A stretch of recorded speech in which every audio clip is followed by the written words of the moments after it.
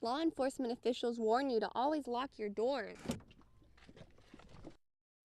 and to hide valuable items such as cell phones and purses.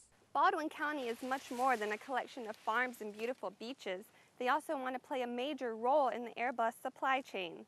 When it comes to scams of any type, the Better Business Bureau has some tips to keep you from becoming a victim. The mother says her son stole her keys, then took her yellow Mustang on a joyride. These storm shelter classrooms have natural ventilation systems to keep the air flowing when rooms get crowded. Mount Vernon resident Tamara Davis questioned Mount Vernon police officer Mario Mignola in the personnel boardroom today. Davis claims Officer Mignola harassed several African Americans during traffic stops, including her son Nicholas Nettles. Searched my car and then found no evidence and still gave me a ticket. Davis says she went to the mayor, to the police chief, and then filed a petition.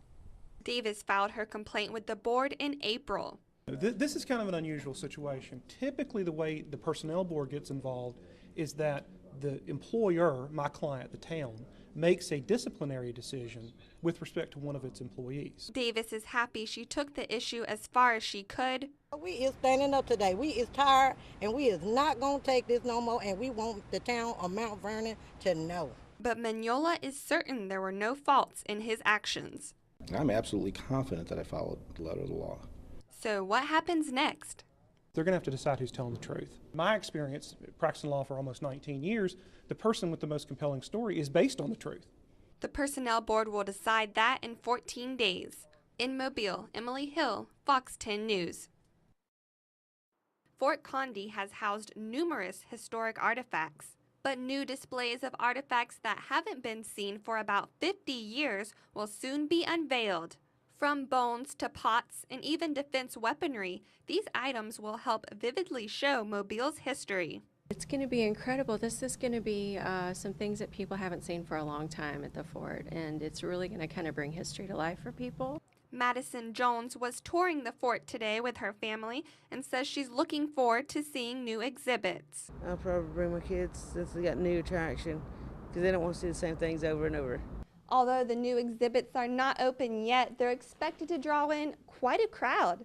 We're just hoping to bring the fort back to life. We're hoping that these new renovations will draw a lot of interest, that people will come down here with their families and their kids and go through it and just learn a lot more about Mobile history. The new displays will not be officially open to the public until October 6th.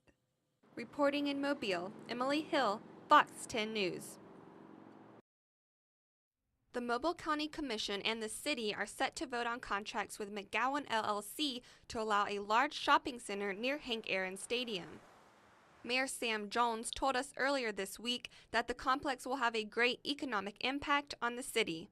With some $200 million in sales that's expected yearly, some 1,200 permanent jobs, $25 million in construction jobs and construction payroll. Mobile County Commissioner Jerry Carl had similar thoughts. The biggest thing I want to emphasize are the jobs that will actually come from it. We're looking at 1,200 to 1,300 permanent jobs, and that's the focus for myself. Carl said he can't get into specifics, but developers won't develop unless they have 70% commitment from businesses.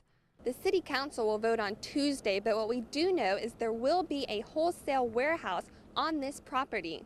And although the complex will provide jobs and city revenue, the environmental impact is a concern. Well, there's wetlands. Obviously, you can mitigate wetlands, but you can't replace wetlands. They're a sponge.